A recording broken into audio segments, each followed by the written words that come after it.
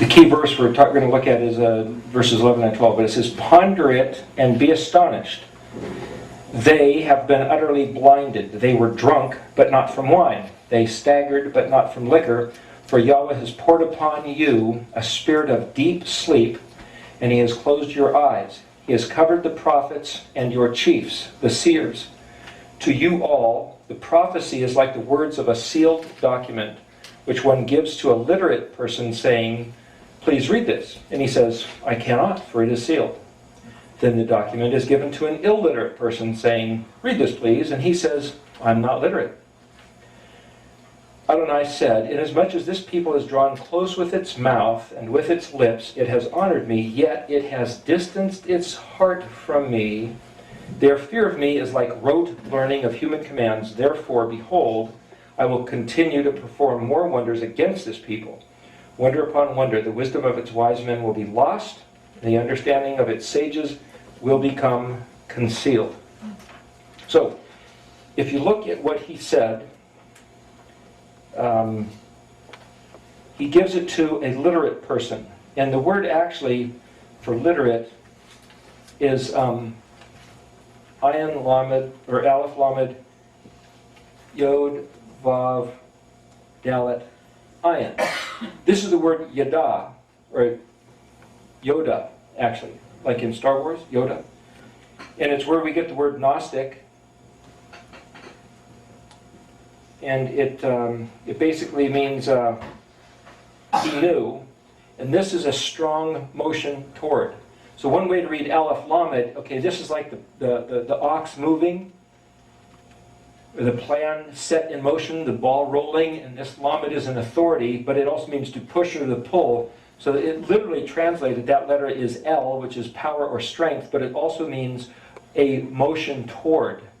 So if you break these words down and go through the dictionary, you can see a bunch of other connections between the words. So this is a motion towards, he will, and then this is yada, which is where they get, yada, yada, yada, that type of thing. He knows the Sefer. He gives it to someone who says he knows Ha, Samek, Pei, Resh. He knows the Sefer. And says unto him, the word Kra, which is Kuf, Resh, Aleph, means call, cry, invoke, or proclaim. Please proclaim this, read this, study and learn this, is what the word Kra means, Kuf, Resh, Aleph. And he says, Lo, Aleph, Vav, Kaf, Lamed. For Het, Tav, Vav, Mem, He, Vav, Aleph. This is how he responds. When the literate person, the one who knows, is asked to Kara the Sefer, he says, Lo. That simply means no. But if you didn't know that, if you were illiterate, you'd look at this and you say, well, this is the driving authority behind the plan to set the ball rolling. It means no, but it's almost like the authority behind the plan. It's kind of like the president who's the chief of the military behind the general who's causing it to happen. Aleph, Vav, Kaf, Lamed. Well, Kaf, Lamed means all. And Kaf, Lamed, remember, is the meaning of the Torah, or the instructions of the Torah. And the Aleph, Vav is basically translated as meaning or, like, well, kind of like maybe, or like maybe not. And this Vav, Kaf, Lamed is kind of where we get the word vocal. And he basically says, no, I'm not going to Kra the Sefer. Why? It's closed up. It's finished. It's over. I'm not going to do it. It's ended. The word Het Tav in the dictionary literally means ended, or sealed or finished. Now, how many people have ever heard that the Old Testament has been ended, sealed, or finished, therefore they're just not going to go there? Though they claim to know how to sefer the Torah, how to sefer or to make the ciphering connections, but I'm just not going to go there. When I first moved to Oregon, I had some Seventh-day Adventist neighbors. They told me about the Sabbath day. I went to my Foursquare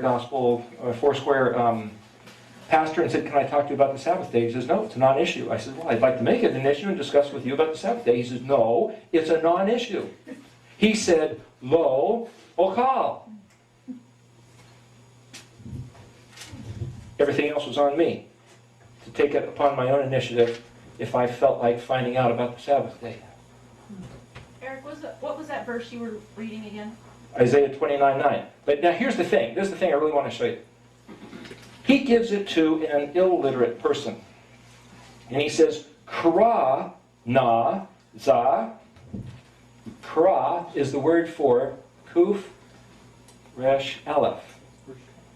That's the word for cry, proclaim, learn, recite, or assemble. But before that, he said to, which was lamed, aleph, mem, resh.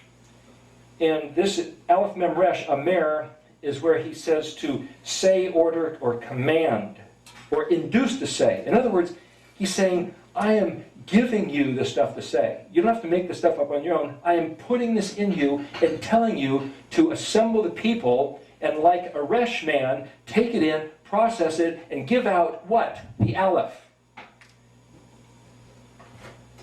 Yahweh will take his instructions of the plan and that cause to bring forth a resh man, and he says, look, I want the vav men to be resh man. That's Israel. That's my people. That's the or. The plan for vav men to become resh man.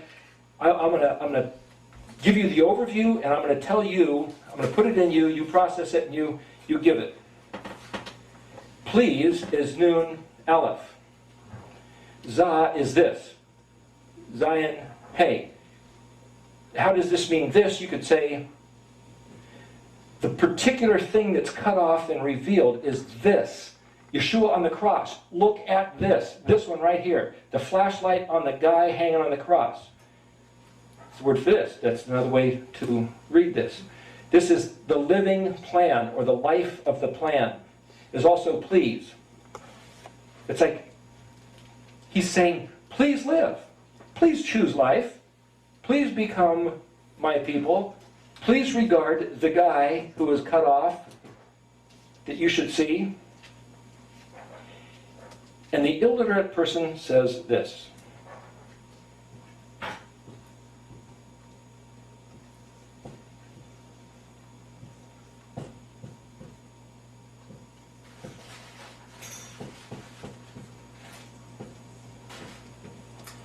That's the end of the sentence. So, this is the point of this whole piece right here before we go back to Daniel. What did the illiterate man say? Can you read that? Can anybody read that? No. Why? Are you illiterate? Okay, let's look at it if you're illiterate because you don't know how to read, okay? This is you might say the authority or the government, right? The authority behind the ox. Right? If you're illiterate, you can still look at pictures, right? So this is the thing which drives the bus, you might say. Right? The guy getting that thing rolling. And you could say this is the working hand, which is like, it says he will, or it's basically a given. That's something established, made by the Creator, right? That's something solid.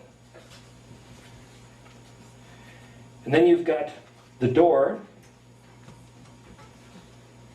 And then you've got seeing, which is just an eyeball, right? The covenant. Okay, so now he gives the authority to go through the door to establish that the door is open so that you can see the covenant. And what's the covenant? He also says, this is mine, his covenant, my covenant And if it is mine, then he basically can say, here, this is the connections of the words of the resh. The covenant is resh man, or join the resh man. So you can basically look at this and say, the guy who doesn't know Hebrew, doesn't know how to speak, doesn't know how to make the connections, doesn't know how to read the words, can say, I don't know how to read this, but lo idati sefer. The authority he gives, he has established the door to understand the covenant is mine. To be the good steward of the words of the Messiah.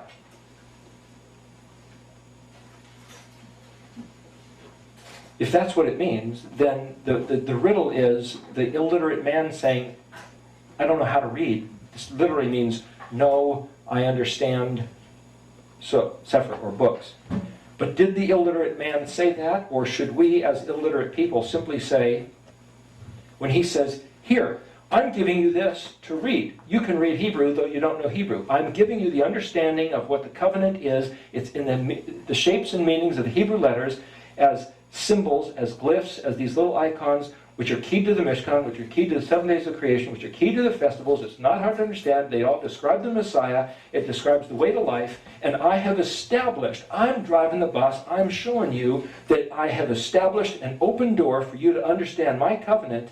And in it, you can put together and be the branches of the vine regarding the words of the Messiah, or regarding having fellowship, having sukkot. The word sukkot comes the word, it's plural of the word sukkah, which is the word for tabernacles, which is a temporary dwelling. The Feast of Tabernacles, the 6th festival, which is where Yahweh came to sukkah with us, a temporary dwelling for that 1 week, which he says, this is your festival where you shall only rejoice.